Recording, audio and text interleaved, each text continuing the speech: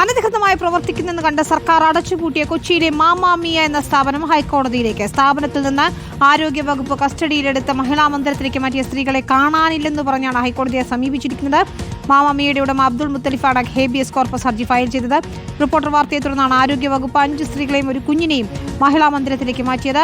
സനിയോ മനോമിയുണ്ട്. സനിയോ, എന്താണ് വിശദാംശങ്ങൾ? എന്താണ് ഇപ്പോൾ ഇവരുടെ വാദം?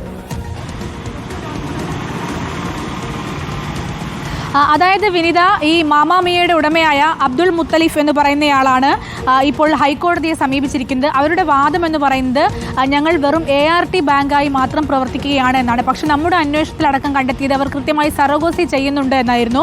അത് ആരോഗ്യവകുപ്പ് സ്ഥിരീകരിച്ചതിനെ തുടർന്നാണ് അവരുടെ ART ലൈസൻസ് അടക്കം ക്യാൻസൽ ചെയ്യുകയും ചെയ്തത്.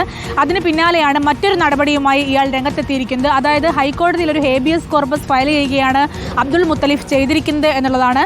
ഈ ഹേബിയസ് കോർപ്പസിൽ പറയുന്നത് 7 സ്ത്രീകളെ കാണാനില്ല, സ്ഥാപനത്തിൽ നിന്ന് 7 സ്ത്രീകളെ കാണാനില്ല എന്നുള്ളതാണ്. പക്ഷേ അത്രയും സ്ത്രീകളെ അവിടെ നിന്ന് സർക്കാർ ഈ രക്ഷപ്പെടുത്തി കൊണ്ടുപോയിട്ടില്ല എന്നുള്ളതാണ് യാഥാർത്ഥ്യം. 5 സ്ത്രീകളെ മാത്രമേ അവിടെ നിന്ന് റിക്കവർ ചെയ്ത് കൊണ്ടുപോയിട്ടുള്ളൂ. അവരെയാണ് മഹിളാ മന്ദിരത്തിലേക്ക് മാറ്റിയത്. പക്ഷേ ഇയാൾ എന്തടിസ്ഥാനത്തിലാണ് 7 സ്ത്രീകളെ മാറ്റി എന്ന് പറഞ്ഞുകൊണ്ട് ഹേബിയസ് കോർപ്പസ് ഫയൽ ചെയ്തതെന്നത് വ്യക്തമല്ല.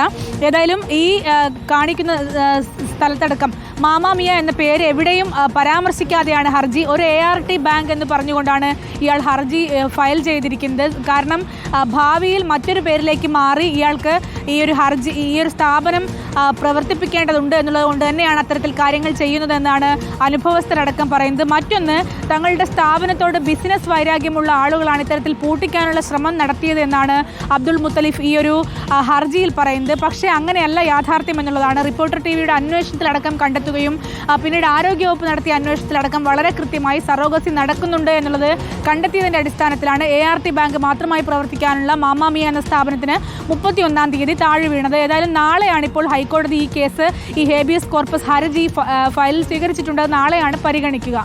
വിനിത, ശരി. സാനിയോ മനോമിയാണ് വിവരങ്ങൾ നൽകിയത്. സാനിയോ ആണ് ഞെട്ടിക്കുന്ന വിവരം പുറത്ത് കൊണ്ടുവരികയും ചെയ്തത്. അതിന് പിന്നാലെയാണ് ആരോഗ്യവകുപ്പ് നടപടികൾ സ്വീകരിക്കുകയും ചെയ്തത്.